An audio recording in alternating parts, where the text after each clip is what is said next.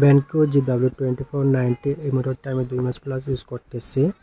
তবে price range হিসেবে এই মোটরটা ওভার প্রাইস। এই প্রাইস রেঞ্জে আরও others brands like MSI, ViewSonic, দাওয়া অনেক ভালো অফার করতেছে। তবে কালার একুরেসির দিক থেকে আদার্স ব্র্যান্ডস থেকে এই প্রাইস রেঞ্জে এটা অনেক ভালো ডিল।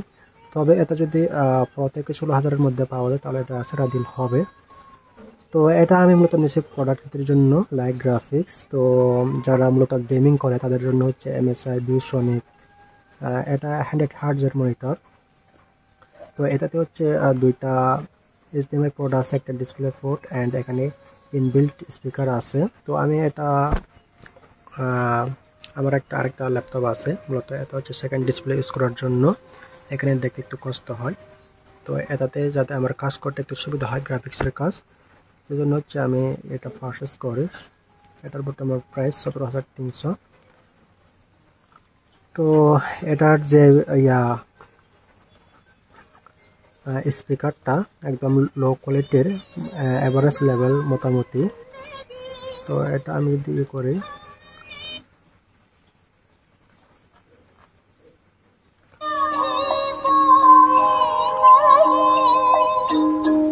মোটামুটি এটা 300-400 টাকার দামের যে স্পিকারগুলো থাকে ঠিক ওটার মতো।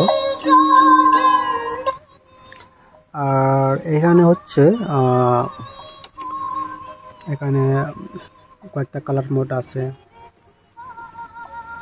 ইউজার, পেপার, আর এখানে বিল্ট ইন কি বলে আই টেকনোলজি আছে, যাতে আপনার শখে না পড়ে কোডিং।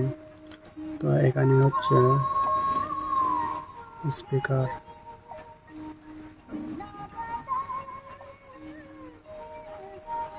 তো এটা অনেক ভালো। সব মনিটরে কম বেশি ব্লিডিং ইস্যু এবং গোস্টিং থাকে, তবে এটাতে ব্লিডিং ইস্যু এবং গোস্টিং কম। তো মূলত এইসব মনিটরগুলো কমই লোক ইউজ করে। যারা মূলত প্রোডাক্টিভিটি যেমন গ্রাফিক ডিজাইন, এডিটিংয়ের জন্য কোডিং করে, তারা মূলত এগুলো নেয়। আর যারা গেমিং করে তারা ওই যে কম দামি যেগুলো একটু হার্টস বেশি, 120 হার্টস, 180 হার্টস, তারপরে তারা এরকমগুলো ইউজ করে টাকা আর কি, একটু কম দামি, মানে ভালো সেবা পাওয়া যায়।